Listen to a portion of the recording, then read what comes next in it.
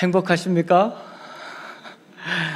제가 가끔 행복하십니까? 라고 물어보면 많은 분들이 어떤 일 때문에 나 요즘에 힘듭니다 라고 이야기합니다. 병이 들어서 힘들고, 또 자식들 때문에 힘들고, 회사 때문에 힘들고, 또 날씨가 더워서 힘들고, 그래서 행복하지 않습니다 라고 이야기하시는 분들이 많이 있습니다. 그런데 우리가 예수 그리스도를 믿고 믿음의 길을 걸어가는 것은 하나님께서 우리로 하여금 행복하게 하시겠다라고 약속하신 것을 이루어 가시는 여정입니다.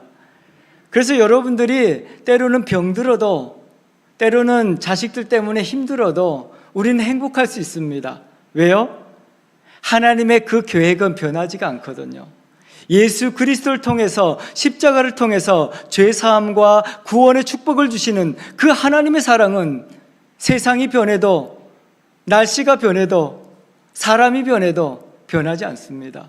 그래서 우리는 어떤 상황 가운데서도, 어떠한 환경 가운데서도 그 구원의 축복을 인해서 기뻐할 수 있고 행복할 수 있는 것입니다.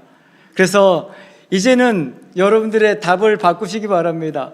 어떠한 상황을 만나도, 어떠한 사람을 만나도 행복자로서 하나님 앞에 살아가는 주인공들이 되기를 축복합니다.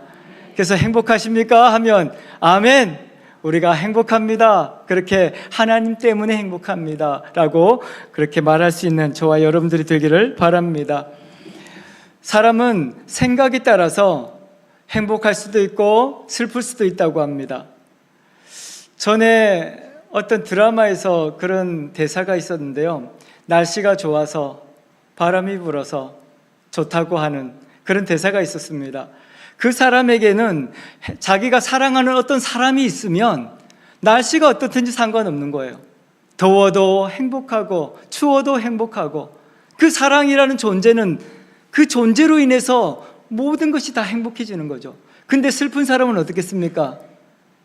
바람이 불어서 슬프고, 해가 떠서 슬프고, 비가 와서 슬프고, 추워서 슬프고, 바람이 더워서 슬프고, 이 슬픈 사람에게는 이 자연 환경 자체가 슬픔인 것입니다. 그래서 오늘 우리가 만나는 모든 사람과 모든 환경은 하나님의 축복 아래 있다는 것을 기억하시고, 모든 상황을 통해서 하나님의 역사를 경험하는 저와 여러분들이 되기를 축복합니다. 이 로마서, 우리가 오늘 함께 보는 로마서는 성경 중에서 가장 복음을 잘 설명하고 있는 책입니다. 그래서 성경 중에 보석이라고 불려지기도 하고, 성경 중에 가장 중요한 이 책이라고 사람들에게 알려져 있습니다.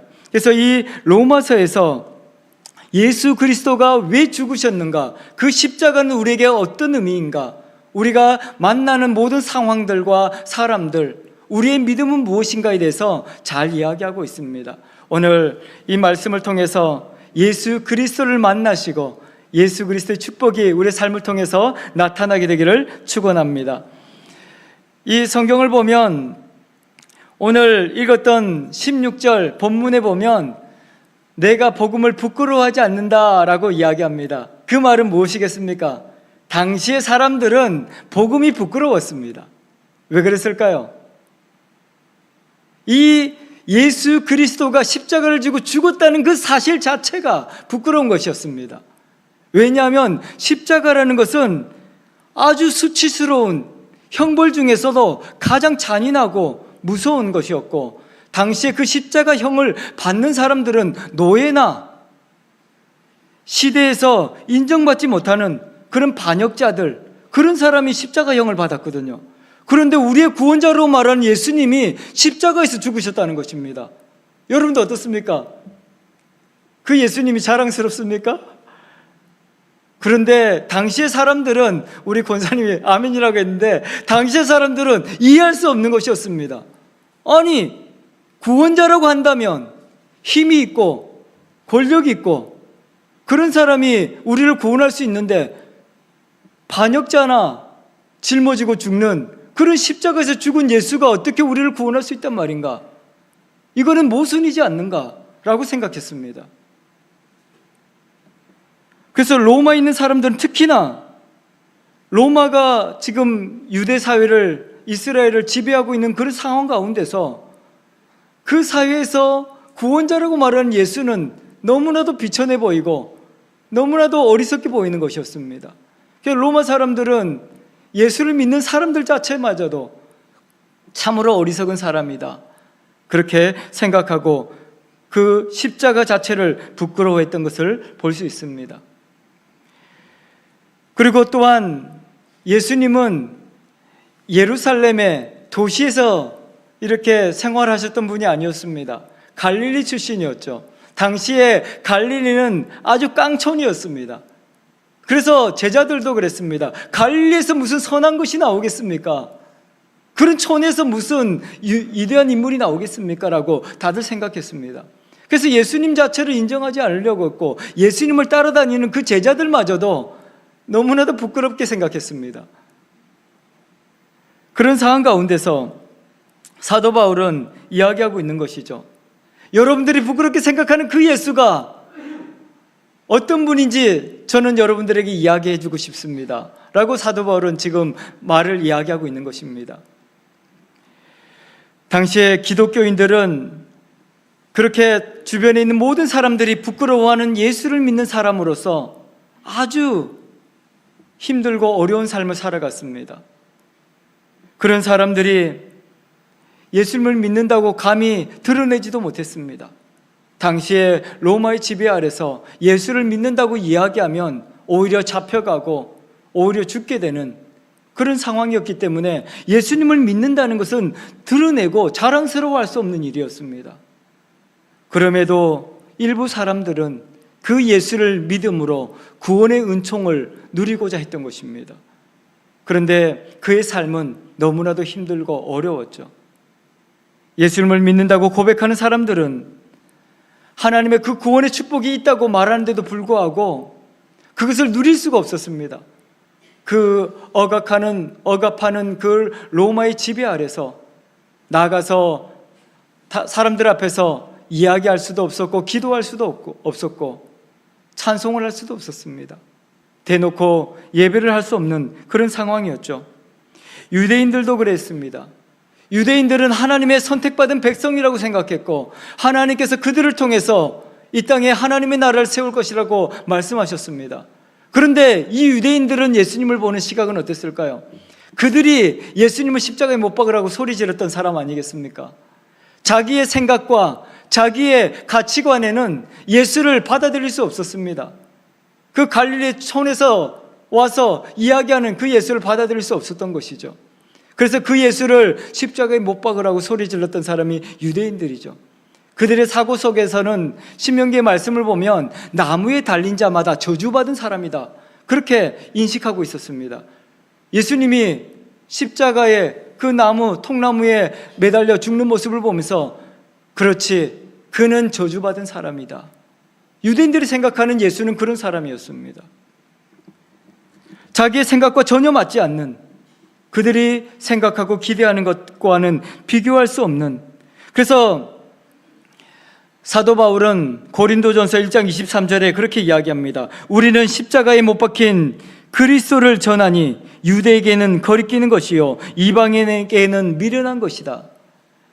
헬라 철학을 공부하고 사람들과 그 세상의 이치들을 깨달아가던 이방인들에게 있어서 예수님을 믿는 것은 도무지 이해가 안 됐습니다.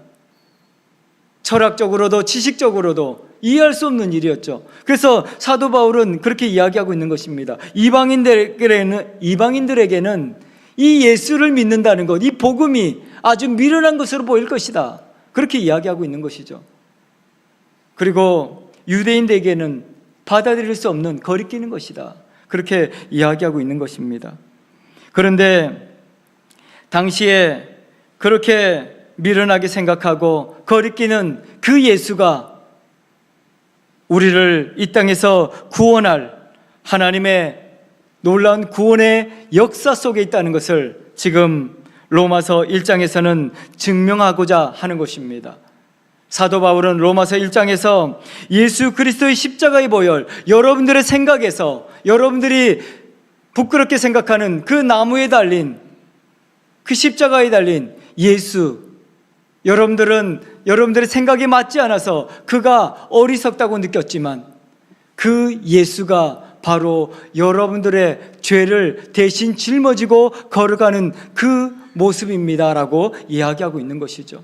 그리고 여러분들이 십자가에 못 박으라고 외쳤던 그 여러분들의 그 잔인한 예수님을 향한 그 비난이 결국은 십자가 위에서 예수님께서 저들을 용서하여 달라는 기도로 저들의 죄가 사해지는 것을 경험하게 될 것이라고 사도 바울은 지금 이야기하고 있는 것입니다. 오늘 이 사람들이 부끄럽게 생각하고 어리석게 생각하고 거리끼는 것으로 생각했던 예수 그리스도가 어떻게 우리를 구원하시는지를 지금 설명하고자 하는 것입니다. 그래서 사도 바울은 그 여러분들이 부끄럽게 생각하는 그 예수 그리스도가 우리로 하여금 하나님의 역사가 될 것이고 죄악으로 죽어가던 우리에게 새로운 소망을 줄 것이고 행복을 잃어버린 이 세대 가운데 다시 행복한 삶을 살아가게 하실 것이라는 것을 드러내고 있는 것입니다. 그런데 어떻게 우리는 이러한 내 이치와 내 생각과 맞지 않는 이런 예수를 어떻게 받아들일 수 있습니까? 여러분들은 지금 믿는다고 앉아 계시지만 여러분들 중에서도 예수 믿는 것은 그냥 마음의 위로 정도를 얻을 수 있는 그런 것이라고 생각해서 또 이렇게 외롭고 힘들고 어려운 삶에서 좀 편안하게 사람들과 공유하기 위해서 교회에 나오신 분이 있을지도 모릅니다. 선교지에서는 도움을 받기 위해서 교회에 나오는 사람들이 굉장히 많습니다. 가난하고 배고픈 사람들이 교회에 가면 그래도 밥을 주니까. 우리도 과거에 그랬지 않습니까? 6.25 전쟁이 일어나고 우리가 먹을 것이 없어졌을 때 선교사들이 가지고 온 그 옥수수 가루, 그런 것들이 우리에게 주식이 되었고, 그래서 그것을 얻어먹기 위해서 교회로 나왔죠. 단지 그것을 먹기 위해서 교회에 나온다고 해서 구원이 있을 수 없습니다. 오늘 사도 바울은 이야기하고 있는 것입니다. 오늘 하나님께서 우리를 향한 놀라운 계획이 있습니다. 그 계획을 우리가 만나야, 그 하나님께서 우리 가운데 말씀하시는 그 놀라운 축복이 무엇인지를 알아야 우리는 예수 그리스도의 그 구원을, 행복을 누릴 수 있게 된다는 것을 이야기하고 있는 것입니다.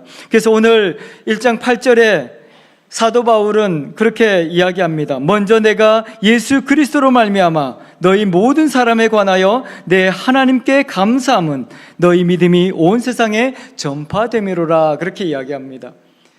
사도 바울은 지금 상황을 이해할 수 없다고 이야기합니다. 주변에 있는 사람들도 마찬가지였습니다. 로마에서 지금 믿음의 생활을 하고 있는 그 사람들, 정말 불쌍한 사람들이었습니다.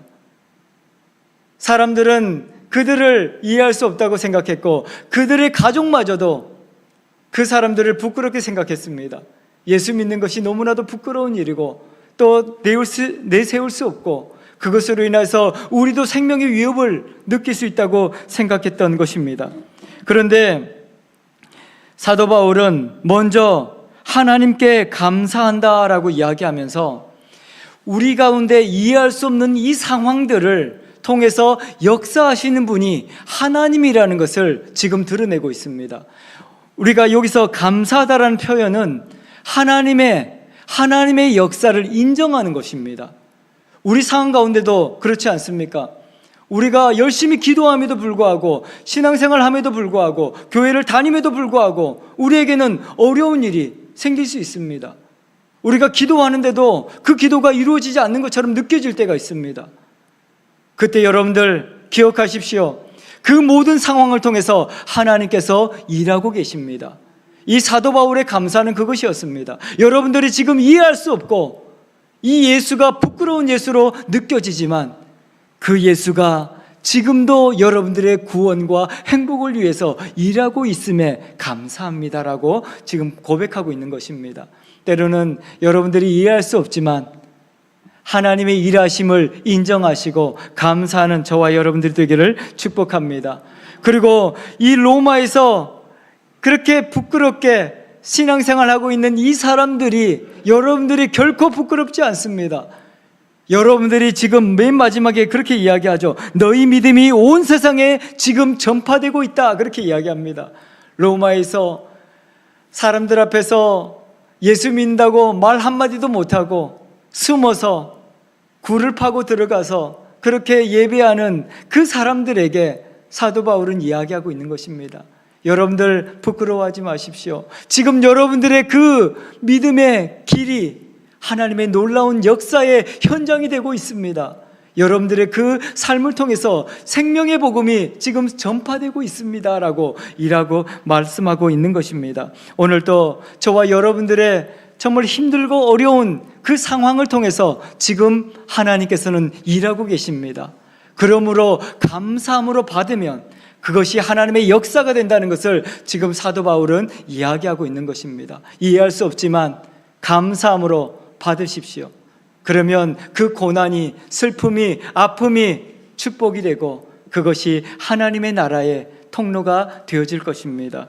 오늘 또 사도 바울은 이 고통 가운데서 부정할 수밖에 없는 그 예수, 그 십자가를 지금 여러분들이 감사함으로 그 십자가를 받는다면 여러분들이 부끄러워하던 그 십자가가 여러분들의 삶을 바꾸게 될 것입니다. 그 무너져 가던 우리의 인생이 다시 세워지게 될 것입니다라고 지금 사도 바울은 이야기하고 있는 것입니다. 그래서 여러분들이 상처가 있고 아픔이 있는 것, 그것은 하나님의 은혜의 흔적이고 하나님의 일하심을 보여주는 것입니다. 그래서 여러분들이 슬퍼하고 아파하는 것, 그것을 로 인해서 눈물 흘리지 마시고 오히려 어려움이 있고 슬픔이 있을 때 그것을 통해서 역사하실 하나님을 기대하는 저와 여러분들이 되기를 축복합니다. 사람들은 행복한 일은 잘 잊어버린다고 합니다. 왜냐하면 행복한 일은 흔적이 남지 않는다 그래요. 그런데 슬픈 일, 아픔은 상처가 남는다고 합니다. 그래서 이 상처는 어떻습니까? 볼 때마다 그때 일이 생각나지 않습니까? 저도 몸에 장난을 어릴 때 너무 많이 쳐가지고 몸에 여러 가지 상처들이 많이 있습니다. 그런데 그때 그 상처를 보면 그때 내가 어리석었던 것을 깨닫게 되는데, 근데 그 상처를 보면 그 아픔이 생각나죠. 그래서 우리는 우리에게 행복한 일이 없었던 것이 아니라 몇 번 있었던 그 상처가 우리에게 트라우마처럼 늘 남아서 우리를 괴롭히는 것입니다. 그런데 하나님께서는 이 상처마저도 하나님의 역사의 흔적이다라고 이야기하고 있는 것입니다. 여러분들, 우리 살다 보면 우리에게도 참 많은 아픔들이 있고 상처가 있지 않습니까? 그것을 통해서 역사하시는 하나님을 기대하시고 그 상처를 보면서 하나님을 만나는 저와 여러분들의 삶이 되기를 소망합니다. 로마의 그 지배 아래서 고통 가운데 있던 그 몇 되지 않는 소외된 계층의 예수님을 믿는 사람들, 세상 사람들이 그들을 볼 때 너무나도 불쌍하고 너무나도 안타까웠지만 오늘 사도 바울은 감사하며 하나님께서 일하실 것을 기대하며 여러분들을 지금 통해서 하나님께서 일하고 계시고 그 여러분들의 상처와 아픔이 하나님의 역사의 흔적이라는 것을 지금 이야기하고 있는 것입니다. 그러니 여러분들이 그렇게 로마에서 고통당하고 어려움을 당하지만 슬퍼하지 마십시오. 지금도 하나님께서 그것을 통해서 일하고 계시고 그것이 온 세상에 지금 전파되어지고 있습니다 라고 지금 사도 바울은 이야기하고 있는 것입니다. 오늘 또 저와 여러분들을 통해서 일하시는 그 하나님을 감사함으로 받아들이는 저와 여러분들이 되기를 소망합니다. 그때 그것이 이제는 상처가 하나님의 역사의 흔적이 되어질 것입니다. 그래서 이 사도 바울은 여러분들을 그렇게 상황이 너무나도 아프고 슬프고 힘들지만 그것을 받아들이는 것, 감사함으로 하나님을 인정하는 것, 그것마저도 쉽지는 않습니다.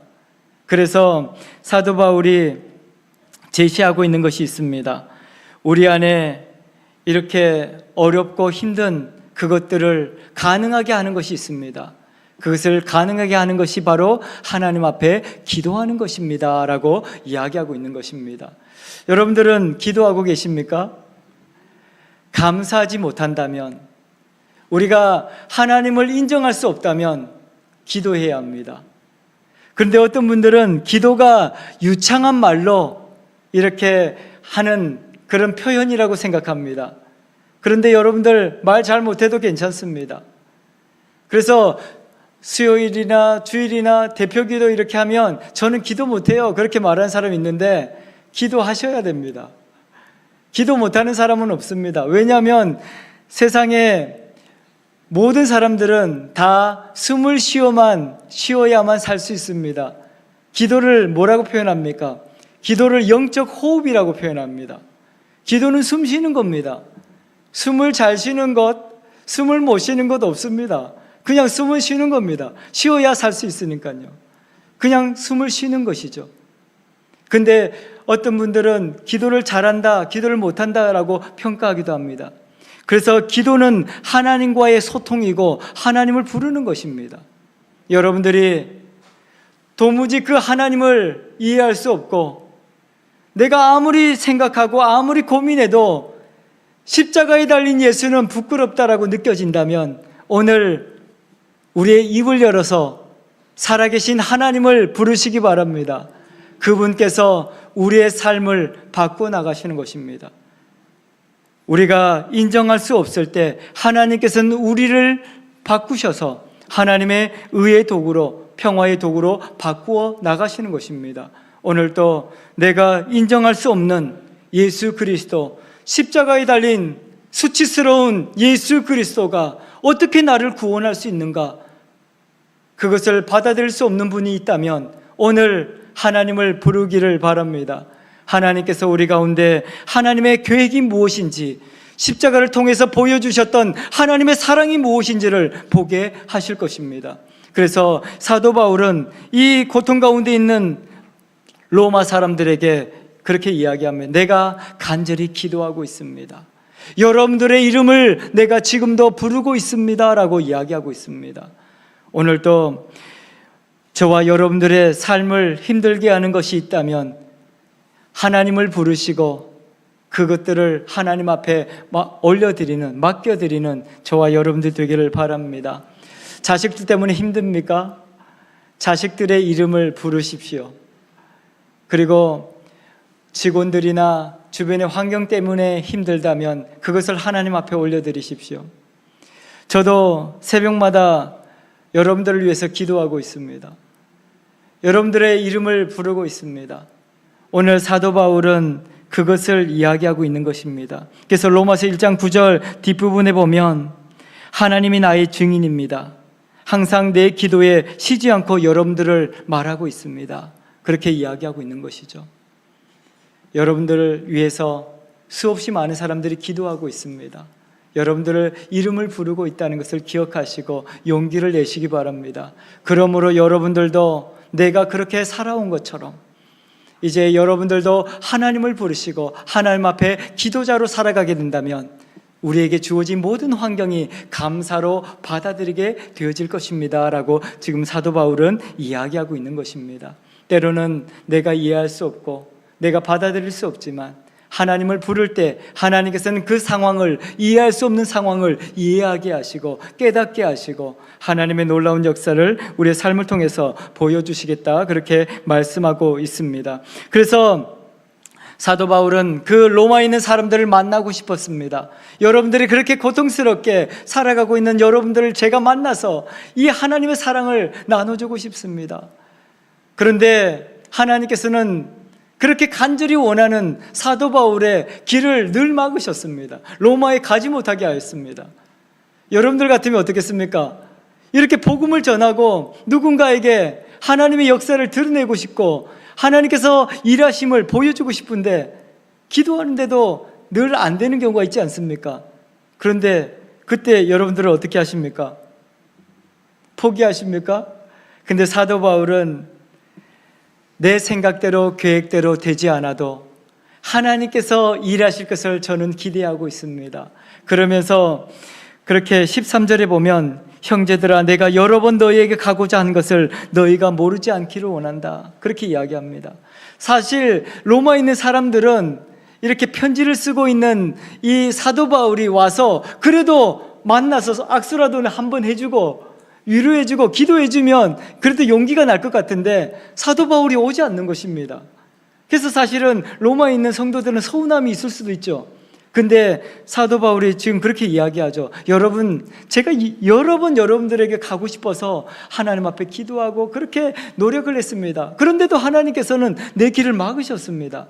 그런데 하나님께서는 그것을 통해서도 놀라운 일을 준비하고 계시는 것을 내가 깨닫게 되었습니다 라고 지금 이야기하고 있는 것입니다. 그래서 그 뒤에 13절 뒷부분에 보면 이는 너희 중에서도 다른 이방인 중에서와 같이 열매를 맺게 함이로되 지금까지는 길이 막혀 있었는데 하나님께서는 여러분들을 통해서 이제 열매 맺게 하실 것입니다 라고 지금 이야기하고 있는 것입니다. 여러분들 힘든 그 과정을 통해서 하나님은 열매를 맺게 하시는 것입니다. 제가 어릴 때 과학 굉장히 좋아했거든요. 물을 끓이는데 1도를 올리는데 1칼로리가 필요하답니다. 그런데 99도에서 100도가 되면 물이 끓죠. 액체가 수증기로 바뀌는 그 1도가 되려면 얼만큼의 칼로리가 필요한지 아십니까? 540칼로리가 필요하답니다. 보통 1도를 올리는데 1칼로리만 있으면 됩니다. 그런데 형체가 바뀌는 변화의 시점에서는 어마어마한 칼로리가 들어가는 것이죠.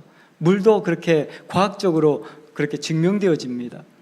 우리의 삶도 때로는 우리가 멈춰지고 그런 삶 가운데서 변화를 경험하고자 한다면 하나님의 엄청난 역사가 필요한 것입니다. 그래서 오늘 또 우리의 삶이 하나님 앞에서 그냥 일상적으로 그렇게 되어지지 않습니다. 때로는 엄청난 큰 고난이 닥칠 때도 있는 것이고 내가 감당할 수 없는 어려움이 있기도 합니다.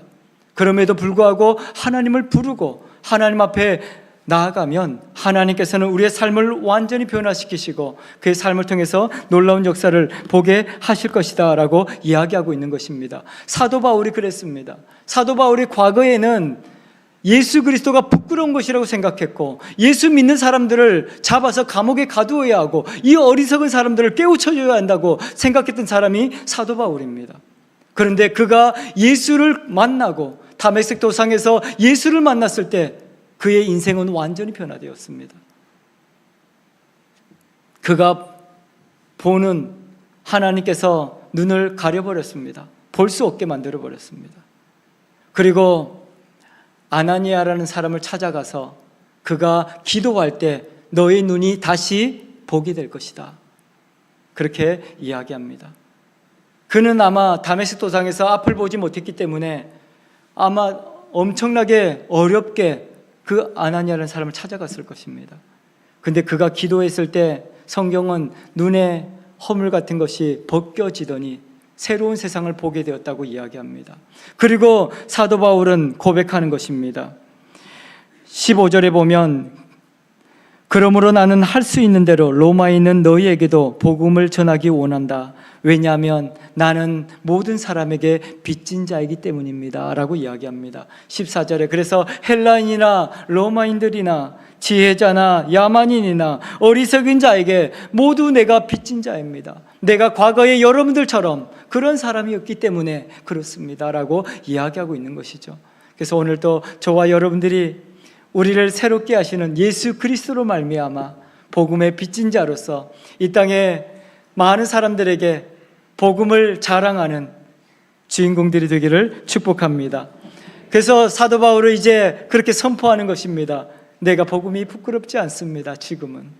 그러면서 이야기하고 있는 것이죠. 오늘 우리 16절 다 같이 한번 읽어볼까요? 16절 내가 복음을 부끄러워하지 아니하노니 이 복음은 모든 믿는 자에게 구원을 주시는 하나님의 능력이 됨이라. 먼저는 유대인에게요 그리고 헬라인에게로다. 아멘. 이제 우리를 구원하실 하나님의 능력이 이 십자가를 통해서 부끄러운 십자가를 통해서 드러났음을 선포하고 있는 것입니다. 이제 이 고백이 나의 고백이 되기를 소망합니다. 과거에 부끄럽게 생각했던 예수, 부끄럽게 생각했던 믿음이 이제는 나에게 나의 구원을 주시는 하나님의 능력이 되고 세상을 살리는 하나님의 역사가 되기를 축원합니다.